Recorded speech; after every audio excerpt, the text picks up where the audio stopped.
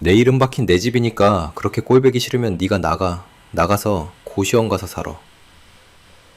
남편의 삿대질과 함께 터져나온 그 한마디에 거실의 공기가 얼어붙었습니다. 시누이는 눈물을 뚝뚝 떨어뜨리며 소파에 웅크리고 있었고 시어머니는 전화기 너머로 며느리가 감히 우리 딸을 내쫓아? 라며 독서를 퍼붓고 있었습니다. 저는 그 순간 무너졌습니다. 8년간 모은 전 재산 5억 원을 보탠 집이었는데 제가 밤낮으로 청춘 바쳐서 일하며 벌어온 돈으로 채운 그 집에서 제가 외부인 취급을 받고 있었습니다. 사랑한다는 말을 믿고 남편 단독 명의로 양보했던 그 선택이 지금 제 목을 조르는 올가미가 되어 있었죠. 하지만 그들은 몰랐습니다. 그런 모욕들 사이에서 제게 어떤 결심이 피어났는지를요. 철저한 복수가 무엇인지 보여줘야죠. 여러분의 구독, 좋아요는 더 많은 이야기를 만드는 힘이 됩니다. 서연 씨의 사연, 지금 시작합니다. 안녕하세요. 저는 이서연이라고 합니다. 올해 34살이고 IT 스타트업에서 기획팀장으로 일하고 있어요. 지금부터 들려드릴 이야기는 제가 3년 전 겪었던 일들인데요. 아직도 그때를 떠올리면 가슴이 답답해집니다. 하지만 이제는 당당하게 말할 수 있어요. 제가 어떻게 그 지옥 같았던 시간을 벗어났는지 말이죠. 모든 게 시작된 건 2024년 2월이었습니다. 그때 저는 마포구 대흥동 신축 아파트에서 결혼한 지 6개월 된 신혼생활을 하고 있었어요.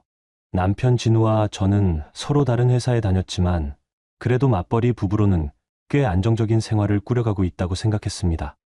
그런데 어느 날 새벽 야근을 마치고 지친 몸을 이끌고 집에 돌아왔는데 현관문 앞에 캐리어 2개가 놓여 있더라고요. 처음에는 누가 버린 건가 싶었는데 집 안에서 여자 목소리가 들려왔습니다. 오빠, 새언니 언제 와? 문을 열고 들어가니 진우의 동생 지혜가 거실 소파에 앉아 있었어요.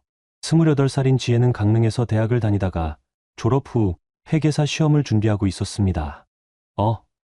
서연아, 왔어? 지혜가 회계사 시험 때문에 서울에 올라왔어. 진우가 어색하게 웃으며 말했어요. 시험이 일주일 후인데 종로 학원에서 마지막 정리 강의를 들어야 한다는 거야. 그냥 일주일만 있다가 시험 보고 내려간대. 아, 그렇구나. 고생 많이 하시네요. 저는 지혜에게 인사를 건넸지만 지혜는 휴대폰만 보며 대충 고개만 끄덕였어요. 그런데 문제는 그 일주일이 정말 일주일로 끝나지 않았다는 거였습니다.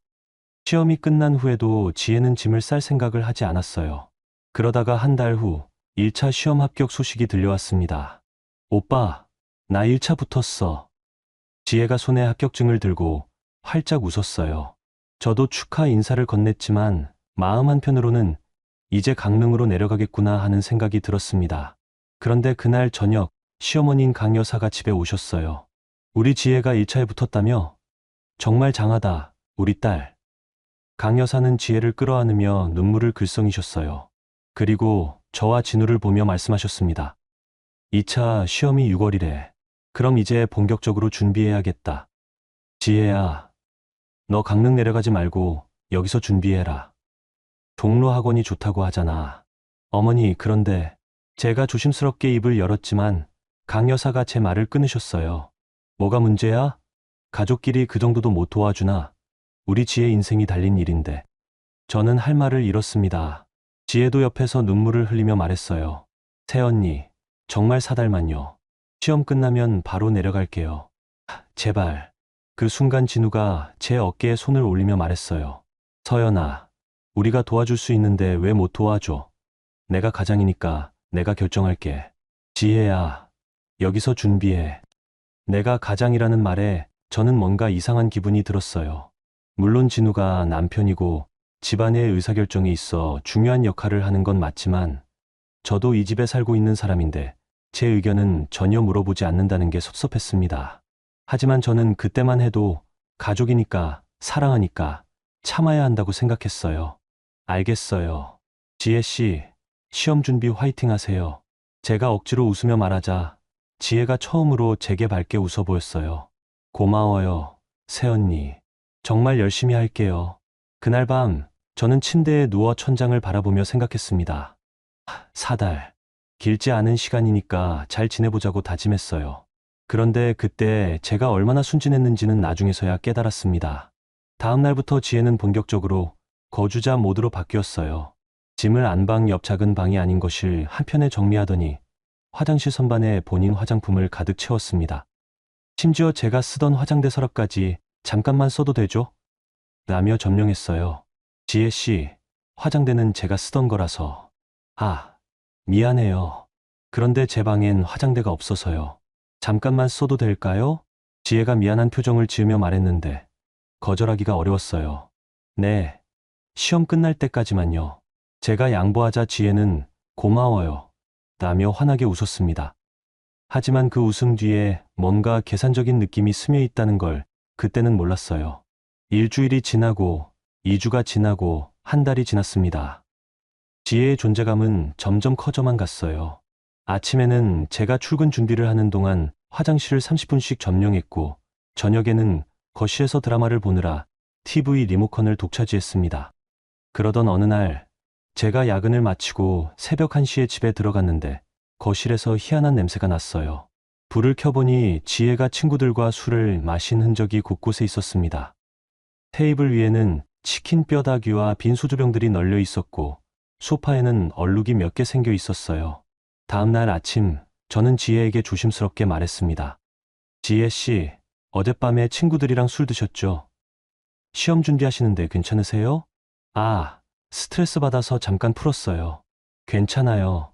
새언니는 신경 쓰지 마세요. 지혜의 대답은 싸늘했어요. 마치 제가 참견하지 말라는 듯한 톤이었습니다. 그날 저녁 진우에게 이 일을 말했더니 진우는 이렇게 대답했어요. 스트레스 쌓이겠네. 시험 준비하는 애한테 너무 엄하게 굴지 마. 그 정도는 이해해줘야지. 저는 그 순간 깨달았습니다. 이 집에서 저는 불편함을 참아야 하는 사람이고 지혜는 배려받아야 하는 사람이라는 걸 말이에요. 하지만 그때만 해도 4달만 참으면 된다고 생각했습니다. 제가 얼마나 잘못 판단했는지는 시간이 지나면서 점점 분명해졌어요. 일주일짜리 캐리어가 1년이 되던 그 시점에 저는 처음으로 내 집인데 왜 나만 조심해야 하지? 라는 생각을 하게 되었습니다. 3월이 되면서 지혜의 시험 준비 생활은 더욱 대담해졌습니다. 1차 합격의 자신감에서였을까요? 지혜는 이제 저에게 굳이 양해를 구하지도 않았어요. 어느 날 아침 저는 출근하기 전에 화장을 하려고 화장대에 앉았는데 제 파운데이션이 거의 다 떨어져 있더라고요. 분명히 사흘 전에는 반 이상 남아 있었는데 말이에요. 지혜 씨, 혹시 제 파운데이션 쓰셨나요? 지혜는 이불을 뒤집어 쓰고 누워 있다가 대답했어요.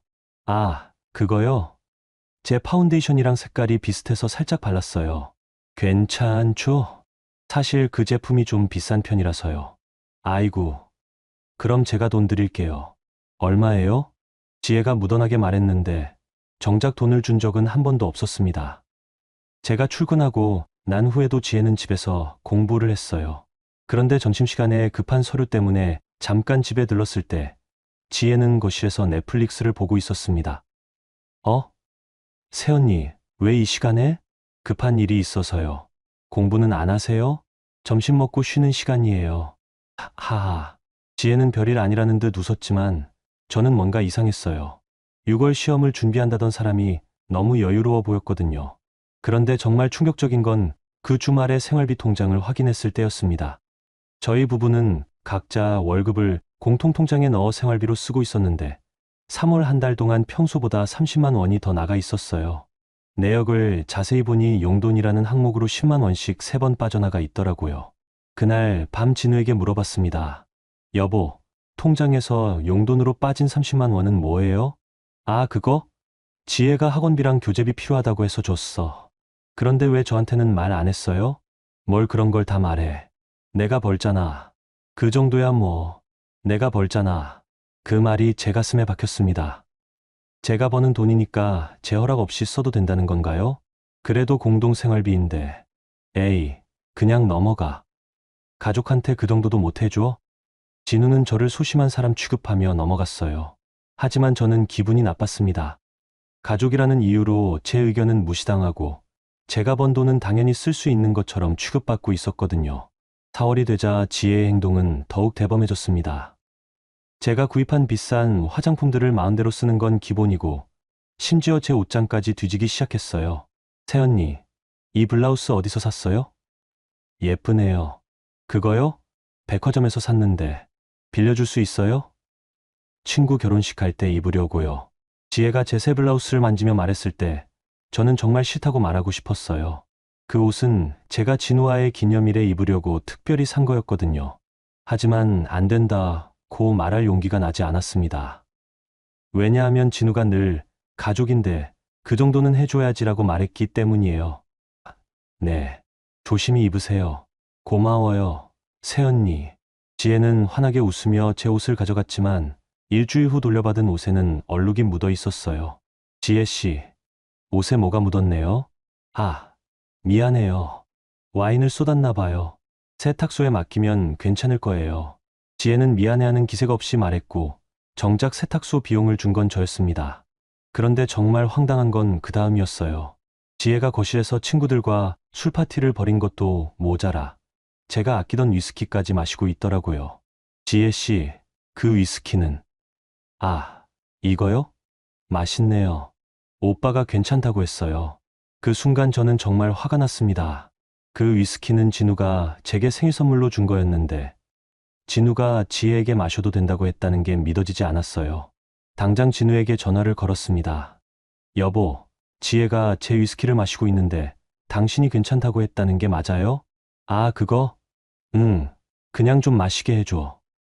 스트레스 받는다고 하더라고. 그건 당신이 저한테 준 선물이잖아요. 뭘 그리 따지고 살아. 술 한 병 가지고. 전화기 너머로 들려오는 진우의 목소리에는 짜증이 묻어 있었어요. 마치 제가 너무 소심하고 인색한 사람인 것처럼 말하고 있었습니다. 그날 밤 저는 처음으로 가계부를 정리해봤어요. 지혜가 온 후 늘어난 생활비, 사라진 화장품들, 망가진 물건들. 계산해보니 100만 원이 넘는 피해가 있었습니다. 하지만 더 속상한 건 돈이 아니었어요. 제가 이 집에서 점점 투명인간이 되어가고 있다는 느낌이었습니다. 지혜는 이제 저를 보며 새언니, 밥 뭐예요? 라고 묻기 시작했어요. 마치 제가 지혜의 식사를 챙겨줘야 하는 사람인 것처럼 말이에요. 지혜 씨가 드시고 싶은 거 해서 드세요. 에이, 새언니가 요리 잘하잖아요. 저는 라면밖에 못 끓이는데. 지혜는 애교를 부리며 말했지만 저는 팀장으로 일하며 하루 10시간씩 회사에 있는 사람이었어요. 퇴근 후에 요리까지 해서 지혜를 챙겨줄 여유는 없었습니다. 그런데 제가 요리를 안 하면 진우가 시무룩해 했어요. 요즘 집에 사람이 많은데 밥상이 너무 소외되는 것 같아. 내가 밥도 해줘야 하는 거구나. 저는 그때 깨달았습니다. 이 집에서 저의 역할은 돈도 벌고 집안일도 하고 시누이 시중도 드는 거라는 걸 말이에요. 그런 생활이 한 달 더 지나면서 저는 점점 지쳐갔어요. 회사에서도 실수가 늘어났고 집에 오는 게 두려워지기 시작했습니다. 어느 날 새벽 야근을 마치고 집에 들어갔는데 거실이 또 엉망이었어요. 지혜와 친구들이 술 파티를 벌인 흔적이 여기저기 있었고 제가 아끼던 쿠션은 와인으로 얼룩져 있었습니다. 그때 처음으로 화가 머리끝까지 치밀어 올랐어요. 하지만 동시에 무력감도 느꼈습니다. 뭘 해도 가족이잖아, 시험생이잖아라는 말로 묻힐 게 뻔했거든요. 저는 그날부터 조용히 기록을 남기기 시작했습니다. 휴대폰 메모장에 지혜가 제 물건을 쓴 날짜, 생활비에서 빠져나간 돈, 집안이 엉망이 된 날들. 하나하나 적어두었어요. 왜 그랬는지는 저도 모르겠어요. 그냥 언젠가는 이 기록들이 필요할 것 같은 예감이 들었습니다. 5월이 다가오면서 지혜는 2차 시험이 한 달 남았다며 더욱 까칠해졌어요. 조금만 시끄러워도 공부하는 사람 배려 안 하냐며 짜증을 냈고 저는 집에서 숨죽이며 지내야 했습니다. 그런데 정말 아이러니한 건 지혜의 실제 공부량이었어요. 제가 우연히 확인한 바로는 지혜는 하루에 2에 3시간 정도만 책을 펼쳐놓고 있었고 나머지 시간에는 휴대폰을 보거나 드라마를 보거나 친구들과 놀았습니다. 정말 시험에 붙고 싶어하는 사람의 모습일까? 의구심이 들기 시작했지만 아직은 확신할 수 없었어요. 그러다가 5월 말 한 가지 사건이 일어났습니다. 지혜가 또다시 친구들과 술 파티를 벌였는데 이번에는 새벽 3시까지 소음이 계속됐어요. 다음 날이 중요한 회의가 있는 날이었는데 잠을 못 이룬 저는 회의에서 발표를 망쳤습니다. 그날 저는 처음으로 지혜에게 정말 화를 냈어요. 지혜 씨, 시험이 얼마 안 남았는데 이렇게 노는 게 맞나요? 저도 일하는 사람인데 새벽까지 시끄럽게 하면 어떻게 해요?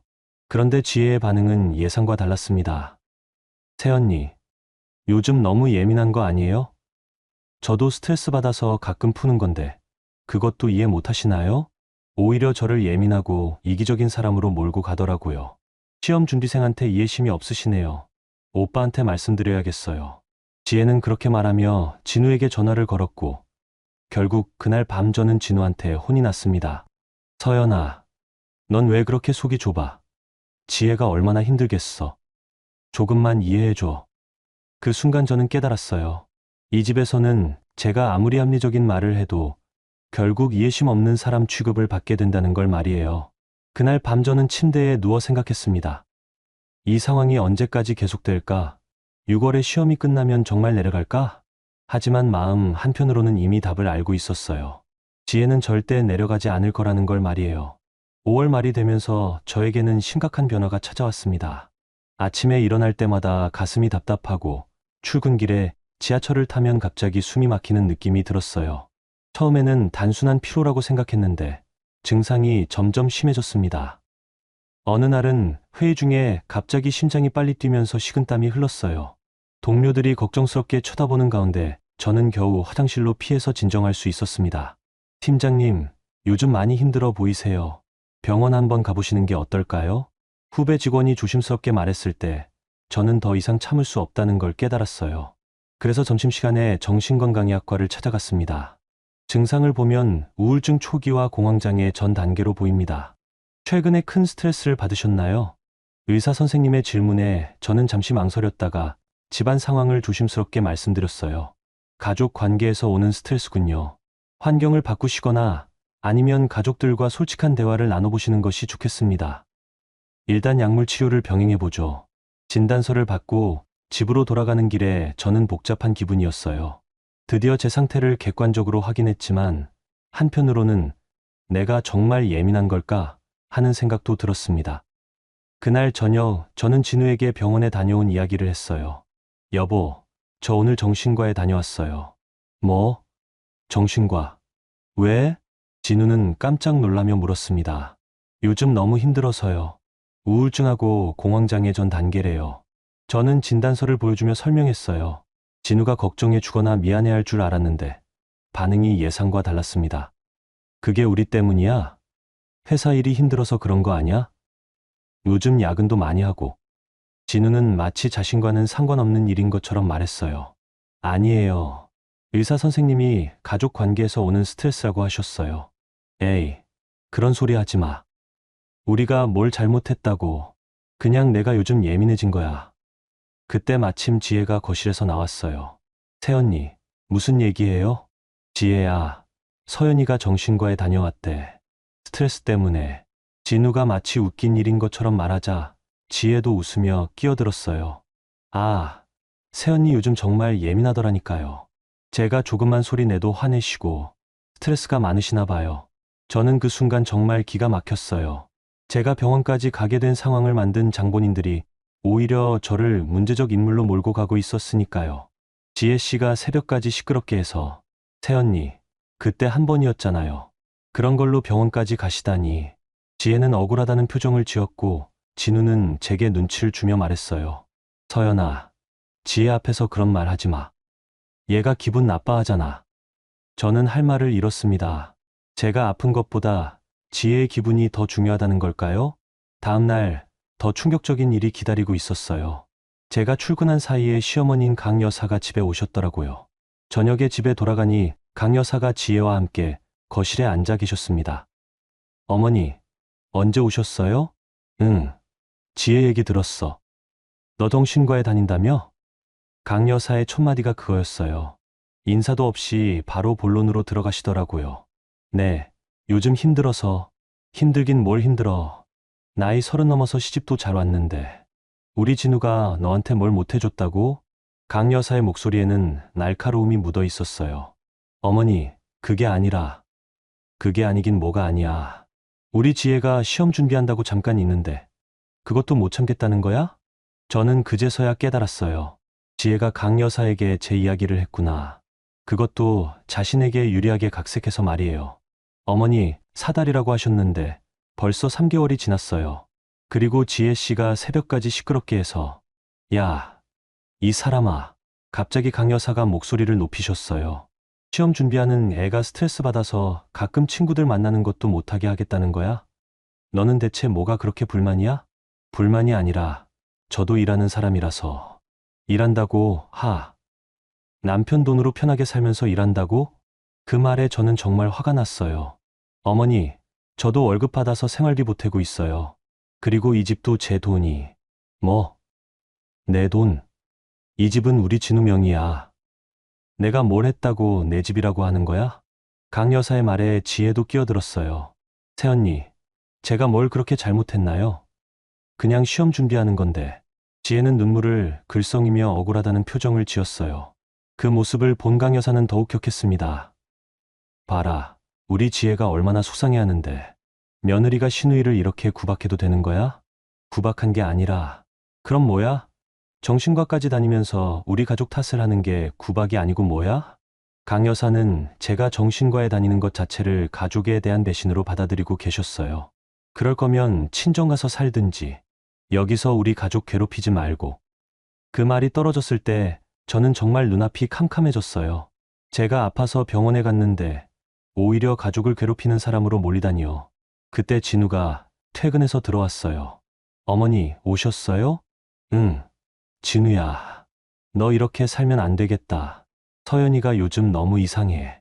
강 여사가 진우에게 상황을 설명하시는 동안 저는 그냥 가만히 서 있을 수밖에 없었어요.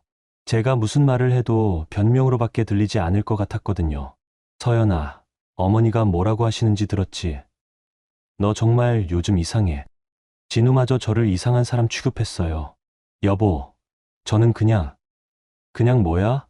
가족들 때문에 정신과 다닌다고. 그게 말이 돼? 그날 밤 저는 침대에 누워 천장을 바라보며 생각했어요. 내가 정말 이상한 걸까?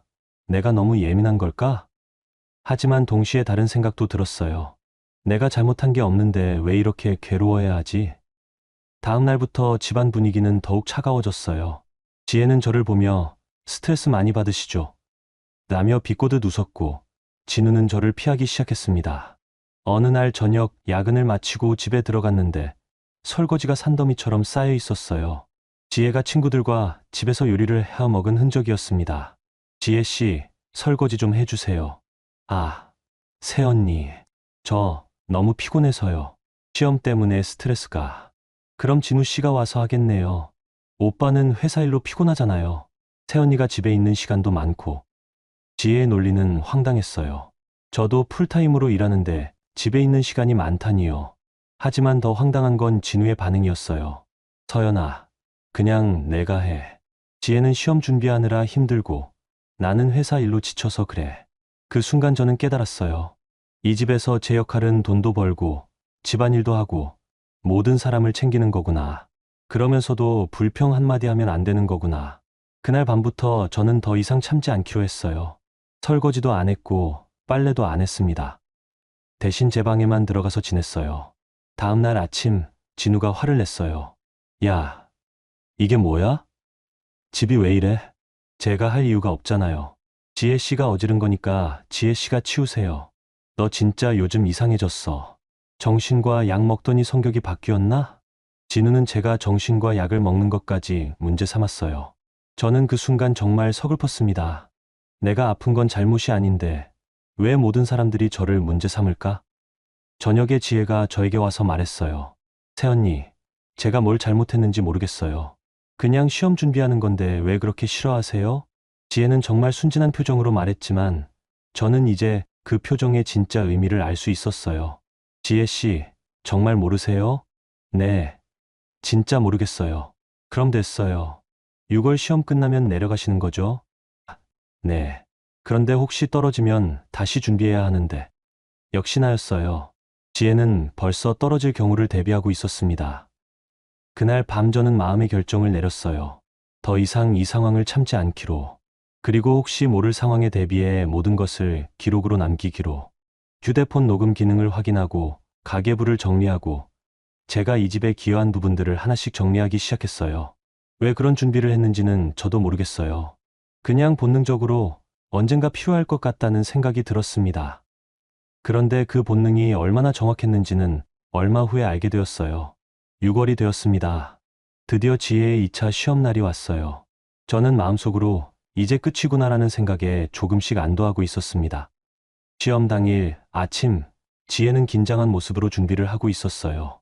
새언니, 저 갔다 올게요. 네. 시험 잘 보세요. 저는 진심으로 응원했어요. 시험에 붙든 떨어지든 이제 강릉으로 내려갈 거니까요.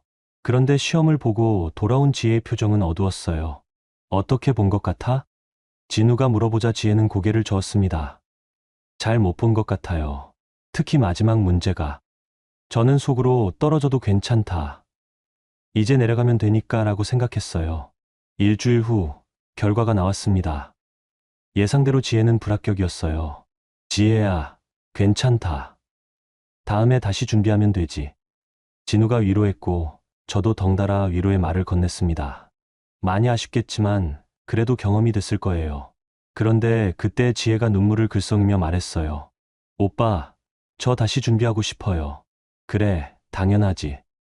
내년에 다시 준비해. 그런데 강릉에서는 좋은 학원이 없어요. 서울에서 준비해야 할 것 같아요. 그 순간 저는 뭔가 불길한 예감이 들었어요. 그럼 서울의 원룸이라도 구해서 제가 조심스럽게 말을 꺼냈는데 지혜가 울음을 터뜨렸습니다. 새언니, 제가 그런 돈이 어디 있어요? 집안 사정도 어려운데. 그럼 고시원이라도. 고시원은 너무 열악해서 공부가 안 될 것 같아요. 제발 여기서 1년만 더 있게 해주세요. 지혜는 눈물을 흘리며 애원했어요. 저는 그 순간 머리가 하얘졌습니다. 1년이요? 그건 너무. 새언니, 제발요. 저 정말 이번에는 열심히 할게요. 방해도 안 되게 조용히 있을게요. 하지만 저는 더 이상 참을 수 없었어요. 이미 4개월 동안 충분히 참았고 그 결과 병원까지 다니게 되었는데 1년을 더 참으라니요. 지혜 씨, 사실 고시원에 들어가서 준비하는 게 더 효율적일 것 같아요.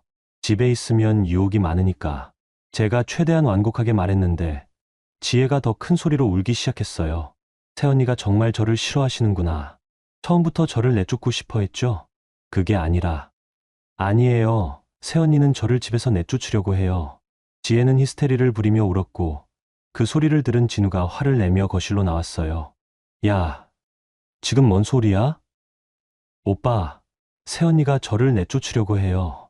지혜는 진우에게 매달리며 울었어요. 서연아, 지금 뭐 하는 거야? 진우가 저를 째려보며 말했습니다. 여보, 지혜 씨가 1년 더 있겠다고 해서. 그게 뭐 어때서?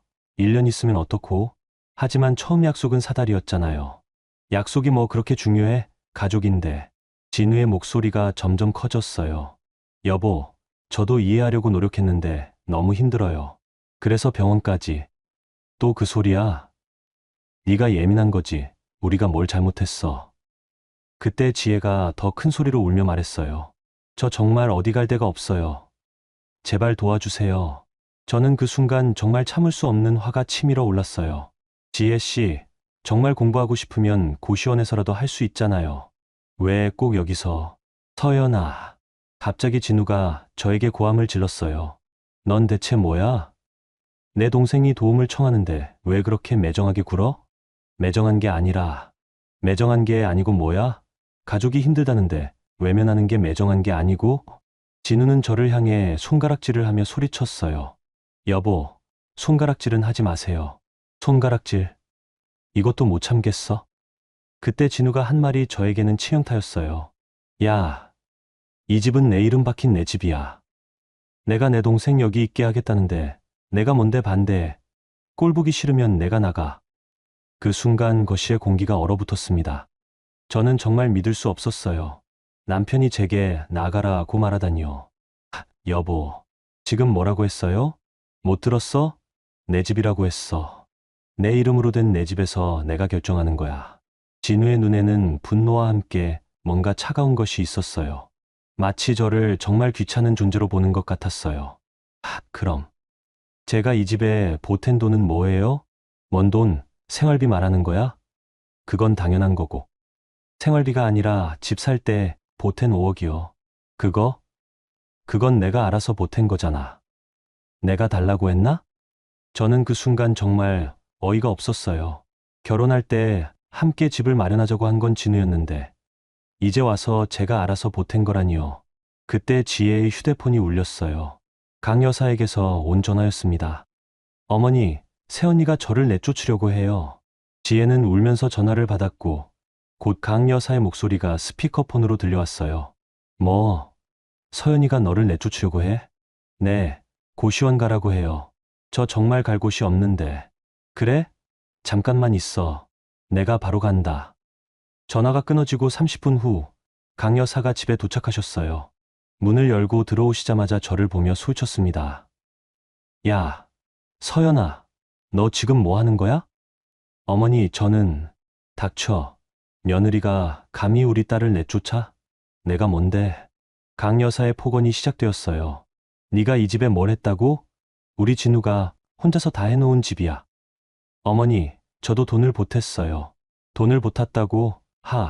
시집 와서 남편한테 기대 사는 주제에 무슨 돈을 보탰다는 거야? 제가 8년 동안 모은 돈으로. 8년. 그게 뭐 대단한 거라고?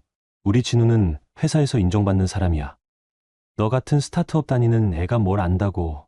강 여사는 제가 다니는 회사까지 무시하며 계속 소리쳤어요. 그리고 우리 지혜가 뭘 잘못했어. 시험 준비하는 게 잘못이야? 잘못한 게 아니라 약속을 지켜달라는. 약속? 무슨 약속? 가족끼리 무슨 약속이 필요해? 너는 정말 가족이 뭔지도 모르는구나. 저는 그 순간 정말 무너질 것 같았어요. 3대가 모여서 저 혼자를 공격하고 있었거든요. 어머니, 제발 좀 들어주세요. 저도 힘들어요. 힘들어? 네가 뭐가 힘들어? 남편 돈으로 편하게 사는데. 저도 일해서 돈 벌어요. 일한다고. 그 돈이 우리 진우 월급의 절반이나 돼? 강 여사는 제 직장과 수입까지 깎아내리며 모욕했어요. 그리고 집안일도 제대로 안 하면서 뭐가 힘들다는 거야? 우리 때는 시어머니 뒷바라지에 애 키우고 집안일까지 다 했어. 저는 아이도 없고, 아이도 없으면서 뭐가 그렇게 바빠? 우리 지혜 하나 못 챙겨줘. 저는 더 이상 말할 힘도 없었어요. 무엇을 말해도 이 사람들에게는 변명으로밖에 들리지 않을 것 같았거든요. 지혜는 계속 눈물을 흘리며 말했어요. 저 정말 열심히 할게요. 방해 안 들게요. 그리고 진우가 결정타를 날렸어요. 서연아, 이제 그만해. 지혜는 여기 있는 거야. 싫으면 정말 내가 나가든지. 그 순간 저는 완전히 무너졌어요. 남편, 시누이, 시어머니, 모든 사람이 저를 외부인 취급하고 있었습니다. 하지만 그때 저는 한 가지를 결심했어요. 더 이상 울지 않기로. 그리고 조용히 휴대폰의 녹취 버튼을 눌렀습니다. 알겠어요. 제가 나가면 되는 거죠. 제가 차분하게 말하자 모든 사람이 순간 조용해졌어요. 아마 제가 울면서 사과할 줄 알았던 것 같아요. 하지만 저는 더 이상 그들이 원하는 모습의 며느리, 아내가 될 수 없었어요. 그날 밤부터 저는 완전히 다른 사람이 되었습니다. 그리고 그들은 그 결과가 어떤 것인지 곧 알게 될 거였어요. 여러분, 지금까지의 이야기 어떠셨나요? 서연 씨가 참고 참다가 결국 내 집이라는 말에 무너지는 모습이 정말 안타까웠는데요. 하지만 그 순간 녹취 버튼을 누른 서연 씨의 마음이 어떨지 상상이 됩니다. 과연 서연 씨는 어떤 반격을 준비하고 있을까요? 계속해서 들어보시죠. 그날 밤 이후 저는 완전히 달라졌어요. 더 이상 울지도 화내지도 않았습니다. 대신 차분하게 계획을 세우기 시작했어요. 다음 날 아침, 저는 평소와 다름없이 출근 준비를 했습니다. 진우와 지혜는 어색한 표정으로 저를 쳐봤지만 저는 아무 말도 하지 않았어요. 서연아, 어젯밤 일은. 진우가 조심스럽게 말을 걸어왔지만 저는 그냥 출근해야 해서요 라고 짧게 대답하고 집을 나섰습니다. 회사에 도착한 후 제가 가장 먼저 한 일은 법무팀의 서정호 과장을 찾아가는 것이었어요. 서 과장은 회사 내에서도 꼼꼼하고 원칙적인 분으로 유명했습니다. 팀장님, 갑자기 웬일이세요? 과장님, 개인적인 상담을 받을 수 있을까요? 급한 게 아니라 점심시간에. 네, 물론이죠. 점심시간이 되자 저는 서 과장과 함께 조용한 카페에 앉았어요. 사실 가정 문제 때문에 상담을 받고 싶어서요. 저는 지난 4개월간 있었던 일들을 차근차근 말씀드렸어요. 신우이의 무단거주, 생활비 침해, 시댁 가족들의 폭언까지. 그래서 어제 남편이 내 집이니까 내가 나가라고 했어요. 서 과장은 심각한 표정으로 듣더니 이렇게 말했습니다. 팀장님, 혹시 집 구입할 때 자금 기여 내역이 증명 가능한가요? 네. 계좌 이체 기록이 있어요. 5억을 제 통장에서 직접 송금했거든요. 그리고 결혼 후 가전제품이나 가구 구입 내역도 있으신가요? 네. 대부분 제 카드로 결제했어요. 서 과장은 잠시 생각하더니 말했어요. 팀장님, 감정으로 싸우시면 안 되겠어요. 이건 완전히 법적인 문제로 접근해야 합니다. 법적인 문제요? 네. 일단 모든 기여분을 정리해서 증빙하시고 필요하다면 이혼 소송까지 염두에 두셔야 할 것 같아요. 저는 이혼이라는 단어에 잠시 놀랐지만 한편으로는 마음이 시원해지는 기분이었어요. 그리고 무엇보다 중요한 건 재산 보전이에요. 지금 상황에서는 남편분이 집을 임의로 처분할 수도 있거든요. 어떻게 해야 하나요? 가압류를 신청하세요. 팀장님 기여분에 대한 권리를 먼저 보호해야 해요. 서 과장은 신뢰할 만한 변호사까지 연결해 주셨어요. 그날 오후 저는 바로 변호사 사무실로 향했습니다. 5억 기여의 남편 단독 명의라. 전형적인 사례네요. 요즘 이런 케이스가 많아요. 변호사는 제 상황을 듣고 즉시 대응 방안을 제시했습니다. 일단 가압류부터 신청하고 모든 구매 내역을 정리하세요. 특히 가전제품이나 가구는 소유권이 명확하니까 회수 가능합니다. 회수요? 네. 부인 명의로 구입한 물품들은 당연히 부인 소유예요. 집에서 가져올 권리가 있어요. 그 말을 듣는 순간 저는 묘한 쾌감을 느꼈어요. 그동안 제가 가족이니까, 며느리니까라는 이유로 포기했던 모든 것들을 되찾을 수 있다는 걸 깨달았거든요. 그리고 녹취는 계속하세요. 특히 폭언이나 협박성 발언은 모두 증거가 됩니다. 변호사는 법적 절차에 대해 자세히 설명해 주었고, 저는 처음으로 이길 수 있다는 확신이 들었어요. 집으로 돌아가는 길에 저는 또 다른 곳에 들렀습니다. 바로 종로 학원가였어요. 지혜 씨 말씀이시죠? 네, 등록은 되어 있는데. 학원 상담실장인 윤채림 씨가 조심스럽게 말했어요. 출석이 좀 들쭉날쭉해서요. 한 달에 절반도 안 나오시는 것 같아요. 역시나였어요. 지혜는 학원에 등록만 해두고 실제로는 거의 다니지 않고 있었던 거예요. 혹시 수업 참여도는 어떤가요? 글쎄요. 와도 중간에 나가시거나 졸고 계시거나. 채림 씨는 더 구체적인 정보를 줄 수는 없다고 했지만 충분했어요. 지혜에 열심히 공부한다는 말이 모두 거짓이라는 걸 확인했으니까요. 그날 밤 집에 들어갔을 때 분위기는 여전히 어색했어요. 진우는 저에게 말을 걸려다가 관뒀고 지혜는 거실에서 TV를 보고 있었습니다. 저는 아무렇지 않게 제 방으로 들어가서 본격적인 작업을 시작했어요. 먼저 지난 4개월간의 모든 지출 내역을 정리했습니다. 생활비 통장에서 지혜에게 간 용돈, 제 물건들이 망가지거나 사라진 날짜, 그리고 제가 구입한 모든 가전제품과 가구의 영수증을 찾아냈어요. 85인치 TV, 냉장고, 소파, 정수기, 식기세척기, 에어컨, 세탁기, 건조기, 심지어 커튼과 침대 매트리스까지 모든 것이 제 카드로 결제되어 있었습니다. 다음으로는 이삿짐 보관창고를 알아봤어요. 집 근처에 24시간 보관 서비스를 제공하는 곳을 찾아서 계약했습니다. 언제쯤 이용하실 예정인가요? 다음 주 중에요. 갑자기 이사를 해야 할 것 같아서요. 직원은 친절하게 필요한 서류를 설명해 주었고, 저는 모든 준비를 마쳤어요. 마지막으로 이삿짐 센터에 연락했습니다. 소형 이사인데, 혹시 오전에 포장하고 창고로 옮기는 거 가능한가요? 네, 물론이죠. 언제로 예약해 드릴까요? 다음 주 화요일 오전 10시요. 단, 조용히 해주셔야 해요.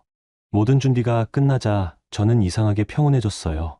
지난 4개월간 느꼈던 분노와 절망이 차가운 계산으로 바뀌어 있었습니다.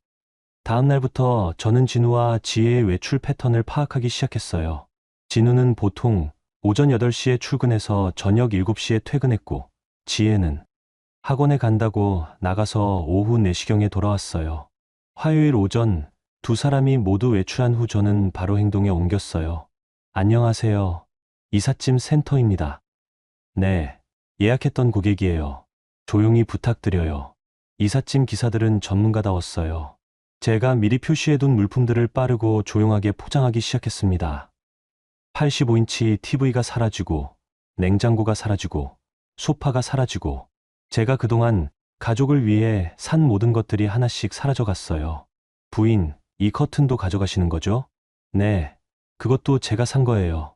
심지어 바닥에 깔려있던 러그와 벽에 걸린 액자까지 제 돈으로 산 모든 것들을 회수했습니다. 3시간 만에 집은 정말 집이 아닌 방이 되었어요. 남은 건 기본 가전제품과 진우 소유의 책상, 의자 정도였습니다. 마지막으로 저는 식탁 위에 봉투 하나를 올려놨어요. 그 안에는 가압류 신청서 저추증과 이혼 소장 초안, 그리고 보관창구, 주소가 적힌 메모가 들어 있었습니다. 모든 물품은 이 주소에 보관되어 있습니다. 문의사항은 변호사를 통해 연락 바랍니다. 그리고 마지막 한 줄을 추가했어요. 내 이름 박힌 내 집에서 편히 지내세요. 모든 작업이 끝나고 저는 집을 나왔어요. 그리고 휴대폰을 끄고 숙소로 향했습니다. 이제 그들이 집에 돌아와서 텅 빈 거실을 마주할 시간이었어요. 과연 어떤 반응을 보일까요? 저는 처음으로 복수라는 게 이렇게 시원한 거라는 걸 알았습니다. 감정적으로 싸우는 게 아니라 법과 원칙으로 대응하니까 이렇게 명쾌한 거였어요. 그날 밤 제 휴대폰에는 50통이 넘는 부재중 전화가 쌓여 있었지만 저는 단 한 통도 받지 않았습니다. 이제 시작이었어요. 정말 재미있는 일들이 벌어질 거였거든요. 그날 오후 6시경, 진우가 평소보다 일찍 퇴근했어요. 회사에서 급한 일이 있어서 서류를 가지러 온 거였죠. 열쇠로 현관문을 열고 들어서는 순간, 진우는 완전히 얼어붙었습니다. 거실이 텅 비어 있었거든요. 그동안 거실의 중심이었던 85인치 TV도 없고, 커다란 소파도 없고, 냉장고 자리는 전선만 덩그러니 남아 있었어요. 뭐지? 진우는 몇 초간 상황을 파악하지 못하고 멍하니 서 있었어요. 마치 다른 집에 들어온 것 같은 기분이었죠. 그때 마침 지혜가 학원에서 돌아왔어요. 오빠, 일찍 왔네. 지혜도 거실을 보자마자 입을 다물지 못했어요. 오빠, 이게 뭐야? 왜 집이 이래? 나도 모르겠어. 방금 들어왔는데. 두 사람은 어리둥절하게 서서 텅 빈 거실을 바라봤어요. 그러다가 진우가 부엌으로 뛰어갔는데 냉장고도 정수기도 심지어 식기세척기까지 모두 사라져 있었습니다. 도둑이야? 도둑이 들었나?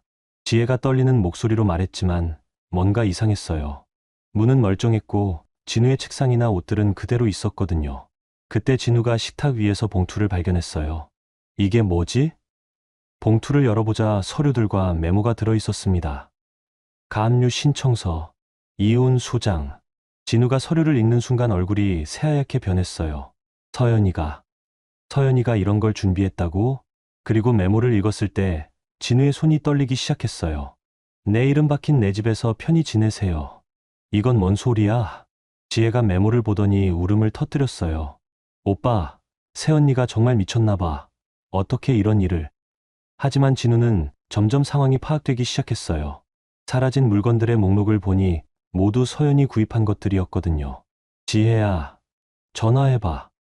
서연이한테. 진우는 떨리는 손으로 제 번호를 눌렀지만 계속 통화 중이라는 메시지만 나왔어요. 받지 않아. 전화를 받지 않아. 오빠, 어떡해. 냉장고도 없고 TV도 없어. 오늘 밤 어떻게 자? 지혜는 패닉 상태였어요. 그동안 당연하게 여겼던 것들이 모두 사라지자 당황스러운 거였죠. 진우는 계속 제 번호로 전화를 걸었어요. 10번, 20번, 30번. 하지만 전화는 끝내 연결되지 않았습니다. 어머니한테 연락드려야겠어. 진우는 강 여사에게 전화를 걸었어요. 어머니, 큰일 났어요. 왜? 무슨 일이야? 서연이가 집안 물건을 다 가져갔어요. 뭐라고? 강 여사의 목소리가 한 옥타브 올라갔어요. TV, 냉장고, 소파. 다 가져갔어요. 그리고 이혼 수장까지 남겨놨어요. 그 미친년이. 내가 지금 간다. 전화를 끊고 30분 후 강 여사가 집에 도착했어요. 문을 열고 들어서자마자 강 여사도 충격에 빠졌습니다. 세상에, 정말 다 가져갔네. 강 여사는 텅 빈 거실을 돌아다니며 중얼거렸어요. 이 집에 이렇게 물건이 많았나? 왜 이렇게 휑하지? 사실 그동안 강 여사도 제가 구입한 물건들이 얼마나 많은지 몰랐던 거예요. 85인치 TV, 고급 소파, 냉장고, 정수기. 이런 것들이 모두 사라지니 집이 정말 휑해 보였거든요. 진우야, 서연이한테 계속 연락해봐. 연락 안 돼요. 전화도 안 받고. 그때 지혜가 울면서 말했어요. 어머니, 저 어떡하죠?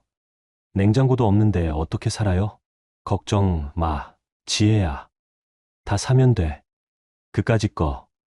하지만 강 여사의 목소리에는 확신이 없었어요.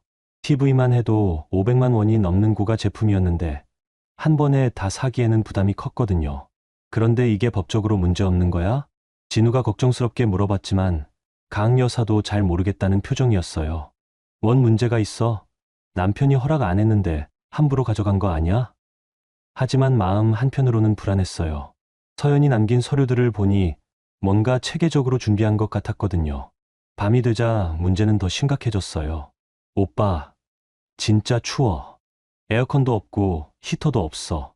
참아봐, 지혜야. 내일 뭔가 해결책을 찾을게. 하지만 진우도 막막했어요.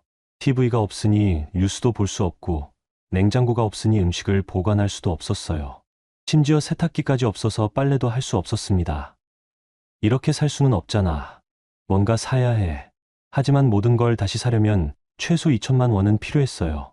갑자기 그런 돈을 마련하기는 어려웠습니다.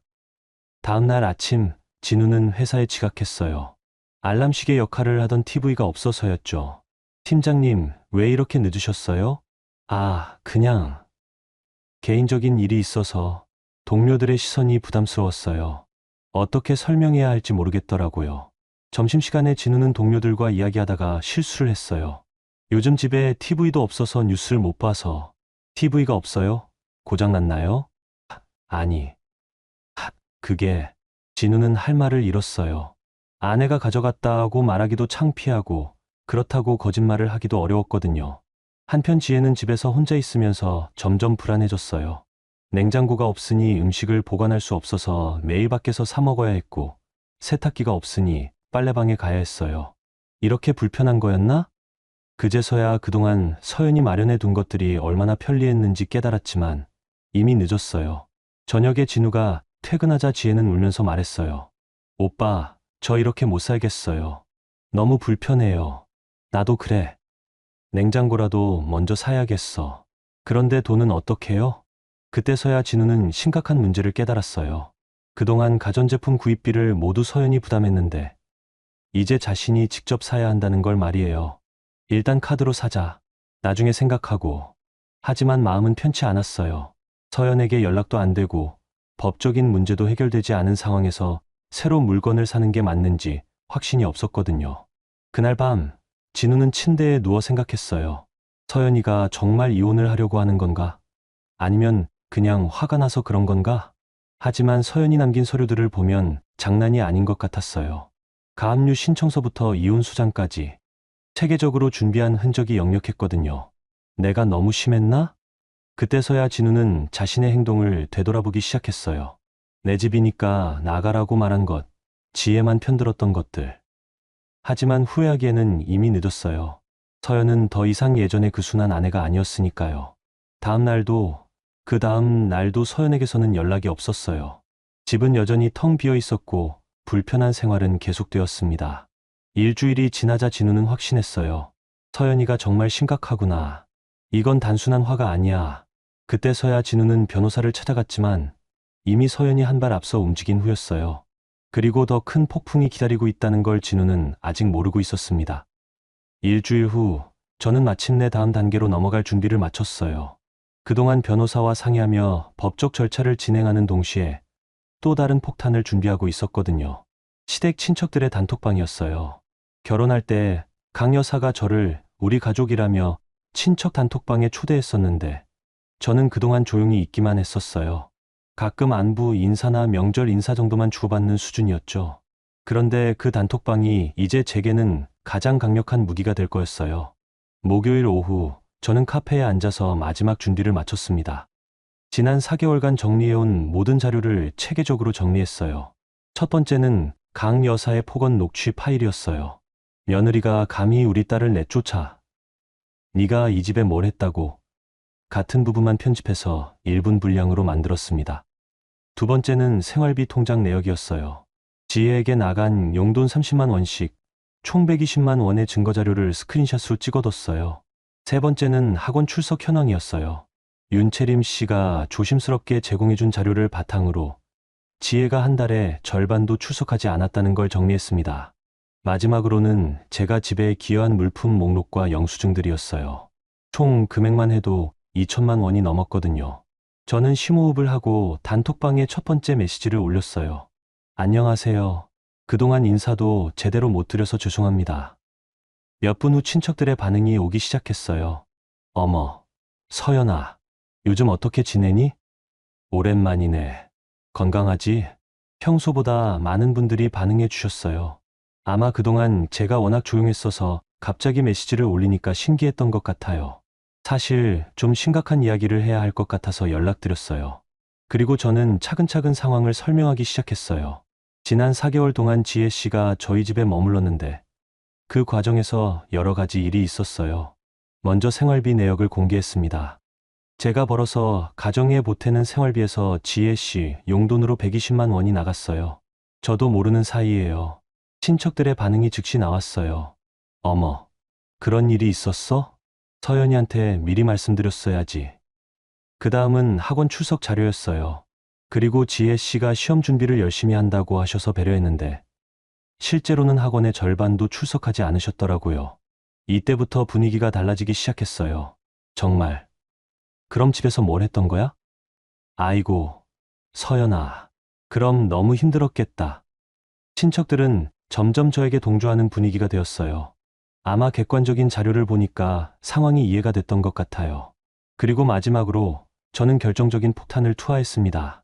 그런데 제가 이런 상황을 말씀드렸을 때 받은 대답이 이거였어요. 녹취 파일을 업로드했어요. 강 여사의 목소리가 단톡방에 울려 퍼졌습니다.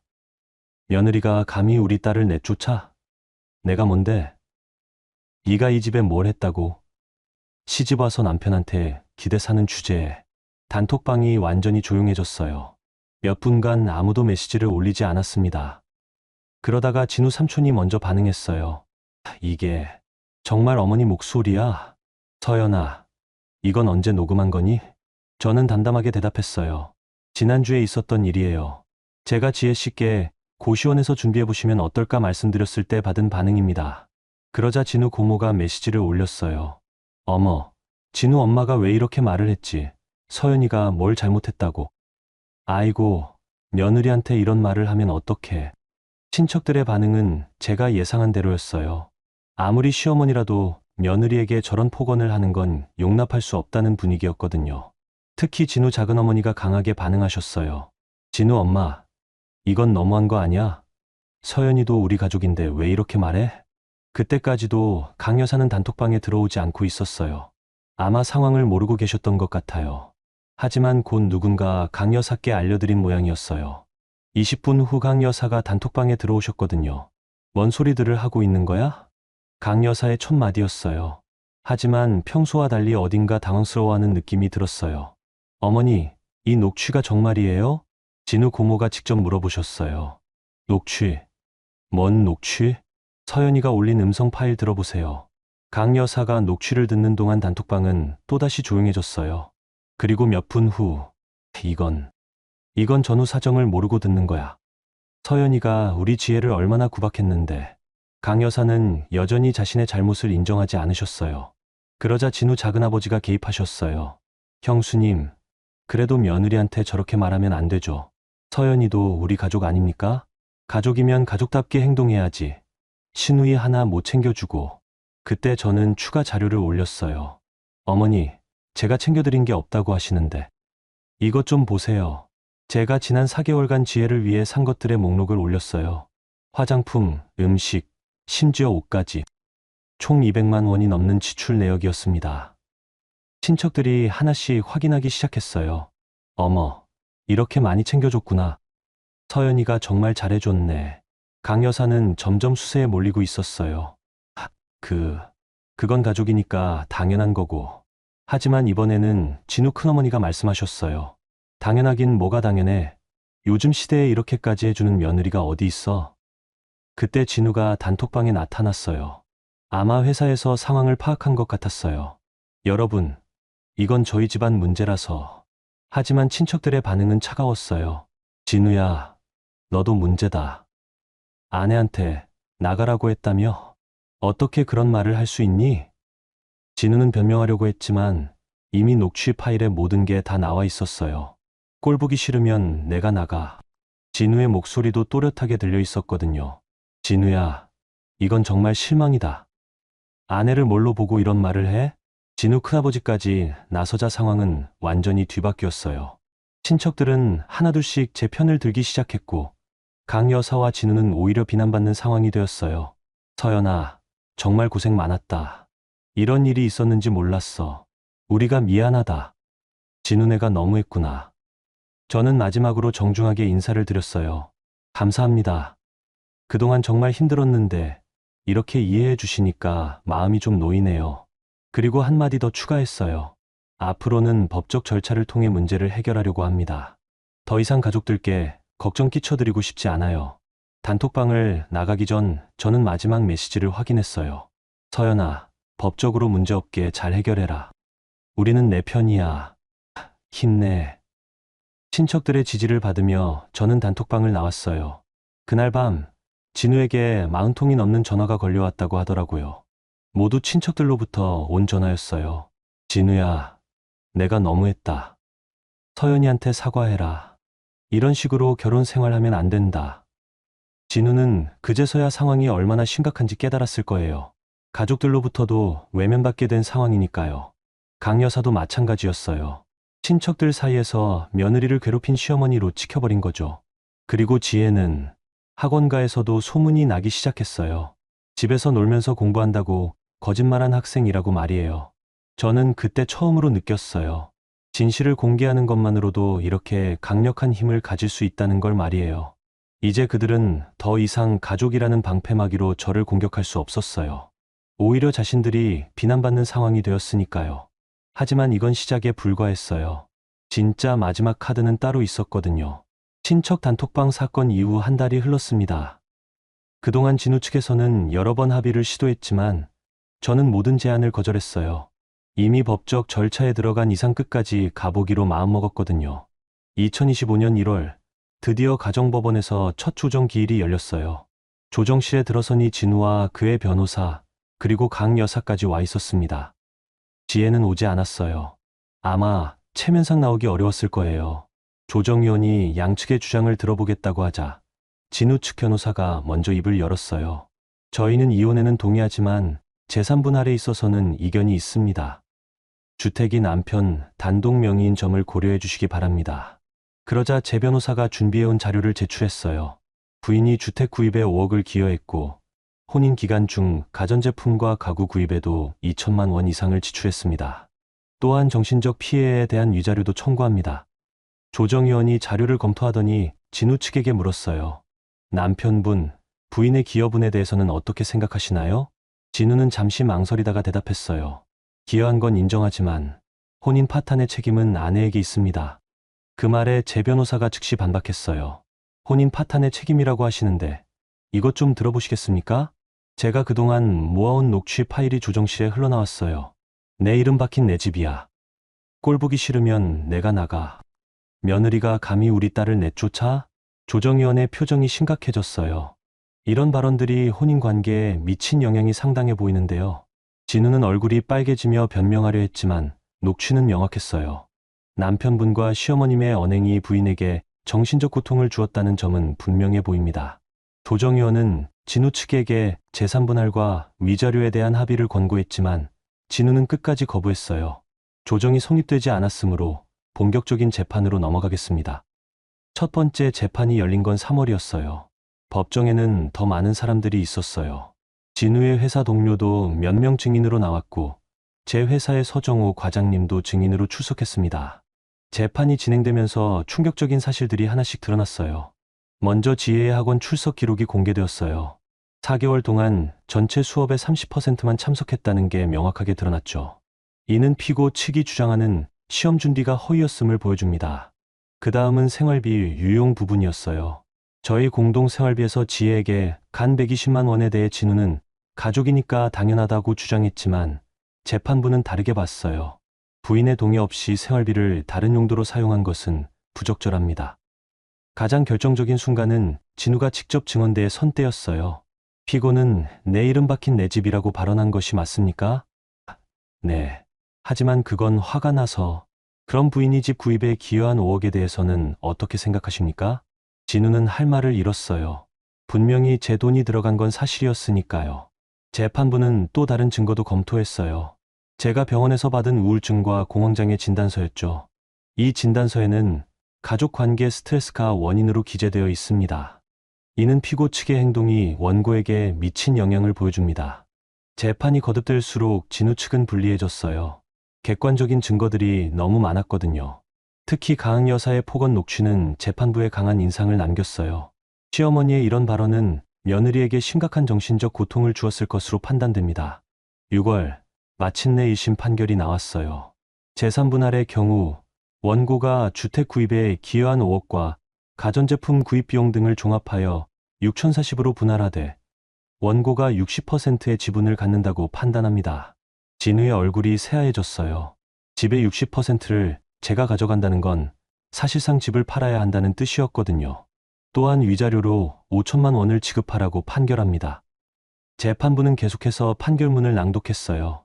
피고의 내 집이라는 발언과 시어머니의 폭언은 혼인관계를 파탄에 이르게 한 주요 원인으로 판단되며 진우는 항소를 하겠다고 했지만 변호사는 회의적이었어요. 1심에서 이 정도로 명확한 증거가 나왔는데 2심에서 뒤집히기는 어려울 것 같습니다. 결국 진우는 항소를 포기했어요. 더 이상 변호사비를 감당하기 어려웠던 것 같아요. 2025년 8월 판결이 확정되었어요. 집은 경매로 넘어갔습니다. 시장 가격 15억에 팔린 집에서 저는 9억을 가져갔어요. 대출금을 정리하고도 4억이 넘는 돈이 제 손에 들어왔습니다. 진우는 나머지 6억으로는 대출금과 변호사비를 정리하고 나니 손에 남은 게 거의 없었어요. 결국 인천 서구의 월세 빌라로 이사를 가야 했죠. 지혜는 더 처참했어요. 더 이상 시험 준비생이라는 보호막이 없어진 채 편의점 야간 알바를 하며 고시원을 전전하고 있다고 들었어요. 강 여사는 친척들 사이에서 완전히 고립되었어요. 며느리를 괴롭힌 시어머니라는 낙인이 찍혀서 명절 때도 자리가 어색하다고 하더라고요. 그리고 저는 2025년 9월 회사에 사직서를 냈어요.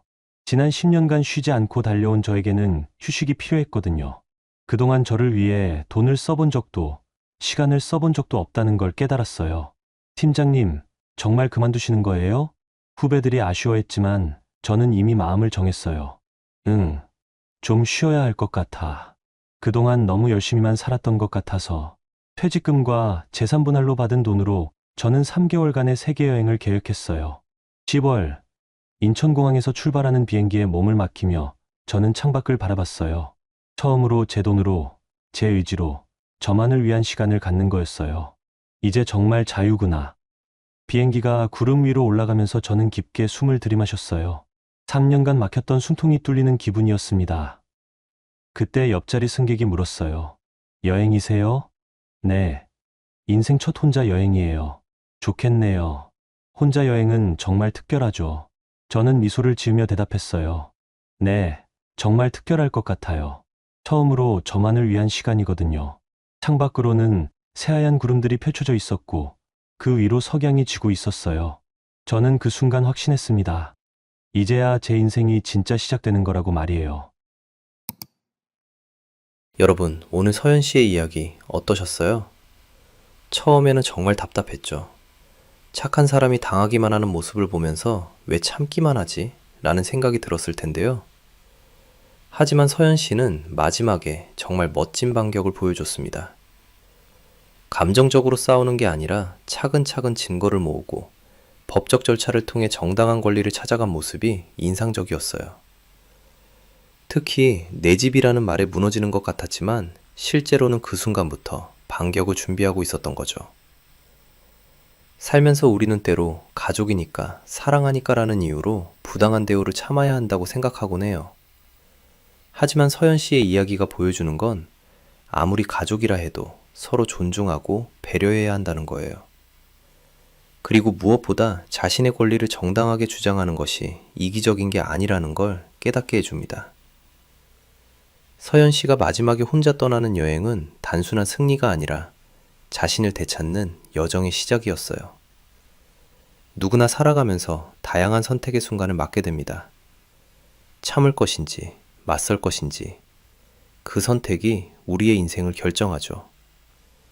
서연 씨처럼 용기 있는 선택을 할 수 있다면 우리도 진짜 자유로운 삶을 살 수 있을 거예요. 여러분의 삶에도 작은 위로와 지혜가 되었으면 좋겠습니다. 구독과 좋아요